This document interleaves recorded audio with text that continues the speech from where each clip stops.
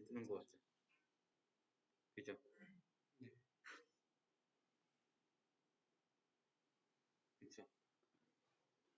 그죠? 그리고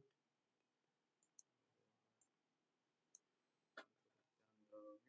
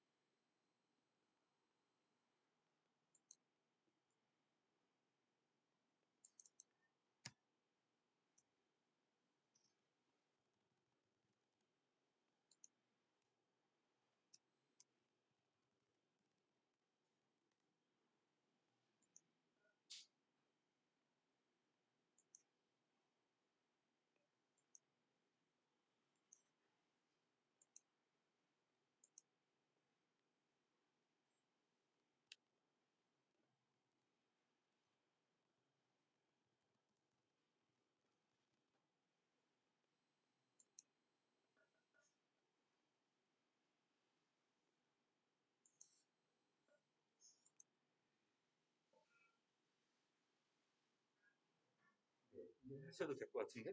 아, 그죠? 네, 이제 완벽한 이제 그 명각이만 하시면 됩니다. 여러분 일단 박수 한번 치죠. 안녕하십니까. 장시간 기다려주신 여러분들께 감사드리고요. 그동안에 토픽 공부 많이 하셨죠? 예. 114회 정보관리 전일이고요. 지금 현재 제가 어느 반이라고 그랬죠? 혹시 제가 어느 반인지 아세요? 아, 예, 맞았습니다. 제가 이따가 나중에 소정의 그 점수 플러스 0.5를 더해서 예, 멘토링을 해드리겠습니다. 예, 강남평의 야간반 114회 전일이고요. 예. 평일 화요일, 금요일 날 여러분들의 짜투리 시간을 이용해서 합격을 도와드리니까요. 그건 제가 구라 아니냐라고 하시겠지만 그 카페 가시면 항상 매 기수마다 2명 내지 1명씩 합격자가 나오거든요. 그래서 구라는 아니다라고 생각을 해주시면 좋을 것 같습니다. 예, 여러분들의 그 마지막 합수이기 때문에 일단 시간이 지연된 것까지 제가 플러스를 해서 짧게 핵심만 설명해 드리겠습니다. 자, IOC 1번 요거는 2교시 시험이죠? 예. 자, 블록체인 트렐리마 최근 들어서 기출에 블록체인이 나오지 않았습니다. 하지만 한번 터지기 시작하면 복 터듯이 나오는 게 블록체인이거든요. 그래서 이 블록체인 관련된 것도 그동안에 안 나오다 보니까 그 기술들이 계속 발전되고 있습니다. 그래서 그냥 여러분들이 알고 있는 블록체인, 비트코인, POW 요것만 외우시는 게 아니라 이런 관계도 함께 이해를 해주시는 게 좋을 것 같습니다. 여러분들 답안지를 보니까 잘 써주신 분들도 많이 있더라고요. 그래서 블록체인의 그 딜레마가 뭐죠? 두 가지 중에서 한 가지를 선택하면 한 가지를 포기하는 게 딜레마죠.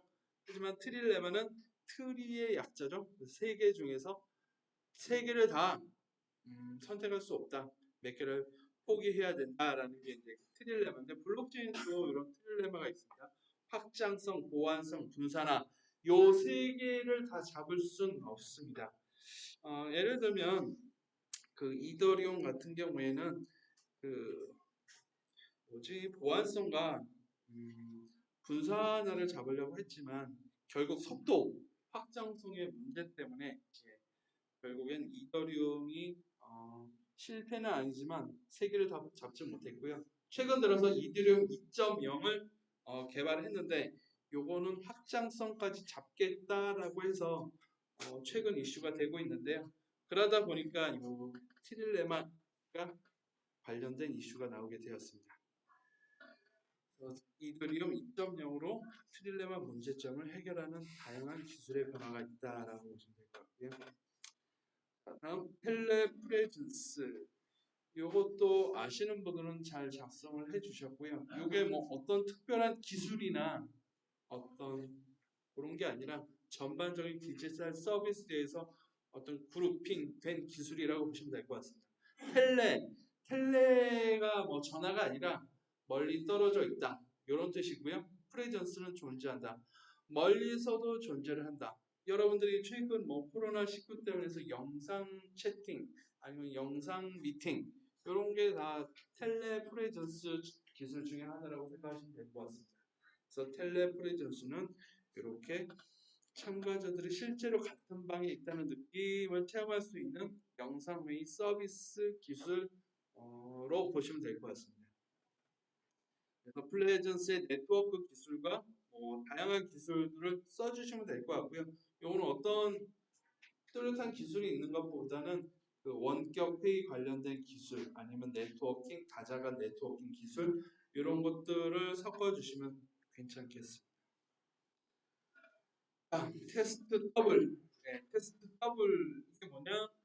결국에는 요게 이제 단위 테스트 개발자들이 단위 테스트를 할 때 많이 해봤던 거예요. 하지만 요거는 이론적으로 한번 요러한 테스트 단위 테스트 개발자들의 단위 테스트를 묶어서 보여주는 어떤 이론이라고 보시면 될 것 같고요. 그 스턴트 더블이라고 해서 스턴트 더블에서 이 테스트 더블이 유래됐다고 보시면 될 것 같아요.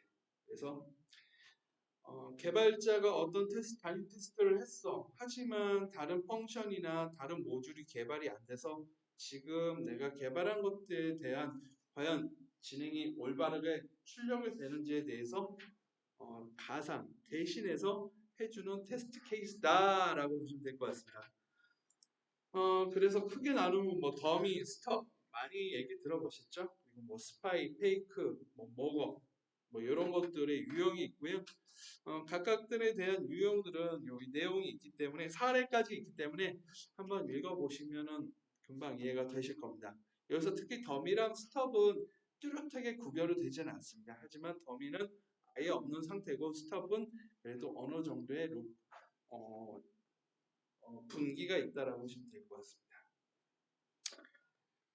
다음 네 번째 데이터 모델링 표기법.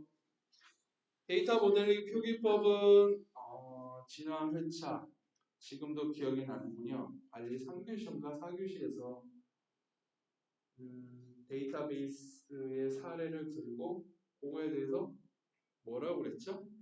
바커 표기법으로 작성하라고 되어 있죠. 여러분들은 바커 표기법을 작성하시는 회사도 있겠지만 일반적으로 IE 기법을 많이 써서 약간 당황스러워 하신 분들도 있었을 겁니다. 그래서 그런 당황스럽지 않게 하기 위해서 근데 실제로 그 데이터베이스 진흥원 웹사이트에 가면 바커랑 IE 표기법 두 개가 기술되어 있습니다. 그러니까 바커 표기법이 처음 보는 게 아니라 데이터베이스 진흥원에도 웹사이트에서도 데이터베이스 모델링 규칙에 정의되어 있다. 그리고 바커 표기법 같은 경우에는 오라클에서 개발을 해서 만들어진 거고요. 예.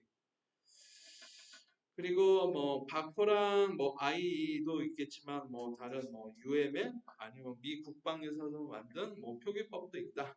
이렇게까지 알아두시면 좋을 것 같습니다. 하지만 많이 IE 기법을 많이 쓰고 있죠. 예, 다음은 FTS랑 HE에 대한 비교입니다. 여러분들은 그 FTS에 관련된 그 기법들, 소프트웨어 기법, 하드웨어 이런 기법들은 많이 알고 계시겠지만 HE에 대해서는 약간 어느 정도 뭐 핫스탠바이, 뭐 뮤추럴 테이크오버, 뭐 컨커런스 어세스 이 정도까지 알고 계셨죠. 그리고 명확하게 FTS랑 HE가 어떻게 틀린지에 대해서 구분할 수 있는 키워드는 FTS는 무결성과 일관성을 유지한다. 이게 키워드고요. 그리고 HS는 가용성을 보장한다. 어떻게 보면 비슷한 것 같지만 HS는 오류율이 제로가 아니라 그래도 어느 정도까지는 허용해 주지만 가용성을 보장해 준다라고 보시면 될 것 같고요. FTS는 아예 보장률을 거의 0.9999까지 해야 된다라는 게 핵심이죠. 여러분들 서브노트에 다들 있어서 이렇게 이해하는데 어렵진 않았을 겁니다. 맨 마지막에 보면 하드웨어 성능 및 스펙 비교를 보시면 금방 이해가 되실 겁니다. 결국은 FTS가 시스템 구입 비용에 있어서 많이 소요가 된다. 자, 다음 인터랙션 오버뷰 다이어그램. 요거는 UML 2.0에서 파생된 거죠. 2.0 관련된 거는 이 인터랙션 오버뷰 다이어그램 말고도 많이 있습니다. 타이밍, 커뮤니케이션, 이런 것들 등등 기타 등등 많이 있는데 인터랙션 오버뷰 다이어그램의 결국에는 순서도 액티비티 다이어그램 안에다가 시퀀스나 또는 타이밍 다이어그램이 섞여져 들어갔다라고 보시면 될 것 같습니다. 약간의 시간이 남아서 제가 말씀을 드리는데 여러분도 이제 기술사 공부를 하시잖아요. 이게 업무랑 관련이 없다라고 생각하시면 안 되고요. 이게 이제 업무랑 섞어가면서 공부를 하셔야 돼요. 왜냐하면 저 같은 경우에도 이 기술사 공부를 하면서 많이 도움을 받고 있습니다. 이 토픽에 대한 공부를 그냥 합격하기 위해서 쓰기 위한 게 아니라 업무에다도 섞어서 쓰시는 게 훨씬 효율이 좋거든요. 제가 이제 회사에 가면 팀장님께서 숙제를 주십니다. 야, QX 이렇게 해봐. 해봐. 깜짝 놀라서 자꾸 제 자랑하는 것 같아서 별로 좋아하지 않는데 깜짝 놀랍니다. 이 글을 주면 1시간 아니면 30분 내에 끝내거든요. 야, 도대체 말이 안 된다. 어떻게 끝냈어? 왜냐하면 여러분들처럼 10문제 아니면 2교 시험을 10분 만에 쓰고 25분 만에 쓰잖아요. 그거를 계속 연습을 하다 보니까 그게 업무에서도 습관이 된 거예요. 그래서 굳이 공부를 해서 그런 게 해서 그렇다라고 얘기는 못 하겠고요. 그래서 남는 시간에는 솔직히 놀고 있습니다. 왜냐? 저도 돈 받은 만큼만 일해야 되잖아요. 그래서 주신 것만 하고 그렇다고 아예 안 하는 건 아니고요. 여러분들 이제 KPI 관련돼서 이제 액티비티 다이어그램, 액티비티 오버뷰 다이어그램 관련된 게 나와서 이제 설명을 해드리는데요. KPI에 여러분들의 업무 그 흐름에 대해서 작성을 해라. 아니면 SOP 관련돼서 절차에 대해서 작성을 해라. 그냥 여러분들 그냥 순서로만 이렇게 그리시잖아요. 하지만 이 인터랙션 오브뷰 다이어그램을 한번 넣어보세요. 그래서 순서도 아니다가 시퀀스 다이어그램까지 해주시면 팀장님께서 얼마나 좋아하시겠습니까? 그래서 이렇게 업무에 응용을 해서 좀 더 본인에게도 플러스 될 수 있게끔 해주시는 게 좋을 것 같아요. 자, 다음 플라이 웨이트 패턴. 제가 그 출제 잘하면 이렇게 플라이 웨이트 패턴, 디지털 디자인 패턴 중에 하나 뽑고 방금과 같이 UML 그 다이어그램 중에 하나 뽑으면 분명히 공부한 사람과 아는 사람들이 분명히 나뉠 수 있거든요. 괜히 어려운 신규 토픽을 찾는 것보다. 그래서 이런 것들도 한번 개념 정도만, 키워드 정도만 어떤 패턴에 뭐가 있다라고 알아두시는 게 좋을 것 같아요. 그래서 플라이웨이 패턴은 뭐냐? 공유다 공유. 새로운 그 메모리를 계속 할당해서 반복적인 류를 생성하는 게 아니라 하나가 생성되면 그걸 가지고 공유를 해서 쓰면서 메모리에 그 절약을 할 수 있다. 시스템적인 절약을 할 수 있는 게 핵심이다. 그리고 생성 그리고 구조 행위 패턴 중에 구조 패턴 중에 플라이 웨이트 패턴이 있다라고 보시면 되거든요. 플라이 웨이트 이게 이제 그 권투에서 플라이 웨이트급이라고 예전에 이제 급수가 있었어요. 그래서 가볍다. 가볍기 때문에 다른 사람들한테 공유를 해줄 수 있다. 이렇게 한번 이해를 해주시는 게 기억에 오래 남지 않을까라고 생각하고 있습니다. 예, 스머프 공격. 이건 이제 보안 쪽에 이제 많이 나왔던 서브 노트 중에 하나죠. 그래서 여기서의 핵심은 ICMP 그리고 자기가 공격자에 대한 IP를 위조를 해서 공격 대상의 IP로 바꿔가지고 ICMP 프로토콜 주소를 바꿔서 그 해당 공격을 퍼붓는 거라고 보시면 될 것 같고요. 스머프라고 하면은 예전에 만화 중에 스머프라는 만화가 있죠. 자, 스머프 보면은 항상 그 공격을 당하죠. 그래서 이렇게 이렇게 속이면서 IP 주소를 속이면서 공격을 한다라고 생각하시면 기억에 좀 오래 남지 않을까 생각하고 있습니다. 그래서 ICMP1 그리고 IP 주소의 위쪽 이게 이제 키워드라고 보시면 될 것 같고요. 다음은 2교시로 넘어가겠습니다. 자, IOC도 잘 적어주셨습니다. 요게 한 1년 전에 많이 이슈가 됐던 토픽 중에 하나인데요. 왜냐 그때는 이제 스프링 프레임워크가 그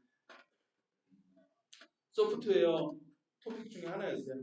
그 중에 하나가 AOP 관점 제형 프로그래밍 그리고 IOC 이렇게 이제 두 개가 있었는데 요게 이제 그 121회 그래서 살짝 언급이 됐었습니다. 그래서 IOC에 대해서 한번 집중적으로 한번 물어본 거였습니다. 여기서는요. 그래서 개발자가 하던 행위를 개발자가 하지 않고 그 컨테이너가 알아서 위임을 해서 알아서 프로그래밍을 진행을 한다는 거죠. 그럼 개발자는 좀 편해지겠죠. 그리고 구현의 분리도 되고요. 모듈 그러다 구현이 분리가 되다 보니까 모듈성도 강화된다라고 될 거예요. 그래서 IOC는 크게 그 디펜던시 룩업과 디펜던시 여기 인젝션으로 나눌 수가 있는데요. 디펜던시 룩업은 일단은 컨테이너 안에 다양한 풀들이 있어서 그래도 개발자가 그 풀 중에서 필요한 거를 찾는 행위를 하지만 완벽한 IOC는 결국 DI로 간다라고 생각하시면 될 것 같아요. DI 같은 경우에는 결국 세터, 컨스트럭션, 메소드 인젝션이 있는데요. 메소드 형태로 인젝션을 할 건지 아니면 컨스트럭터 아니면 요런 이제 그 변수 임자 아규먼트를 통해서 그 IOC를 할 건지 아니면 getter라든지 setter 이런 함수를 통해서 인젝션을 할 건지에 대해서 이렇게 세 개로 구분할 수가 있겠습니다. 그래서 여러분들은 클래스 호출 IOC 방법이 이거 한번 보시면요 좀 이해가 되실 거고요. 여기서 중요한 거는 요걸 좀 더 소프트웨어 공학적으로 풀어 나가셔야 되는데 보시면 약간 좀 디지털 서비스적인 느낌으로 써주신 분들이 있더라고요. 요거는 결국 문제 출제한 그 의도는 어떤 소프트웨어 그 코딩적인 어떤 냄새가 나게끔 써야 됩니다. 예, 분명히 출제자는 그런 느낌으로 썼기 때문에 개념이 맞다고 하더라도 이걸 디지털 서비스적으로 쓰신다면 그림을 그리신다면 약간의 감점이 요인이 될 수가 있습니다. 약간이 아닐 수도 있습니다. 자, 데이터 카빙. 데이터 카빙은 어떤 토픽이랑 많이 연관이 있죠? 디지털 포렌식이죠. 예, 디지털 포렌식. 디지털 포렌식도 거의 토픽이 한 10년 전부터 계속 있었던 고전 토픽 중에 하나입니다. 이제는 안 나오겠지. 이제는 안 나오겠지. 하지만 항상 나오는 토픽 중에 하나가 디지털 포렌식이고요. 여기서 파생되지 않을까 하는 게 데이터 카빙이라고 볼 수 있습니다. 데이터 카빙. 카빙이라는 게 뭐죠? 어떤 돌을 깎는 작업을 하는 게 영어로 카빙이라고 합니다. 그래서 여러분들은 데이터가 삭제됐을 때 그냥 단순 삭제가 아니라 아예 여기 그림에다 보시면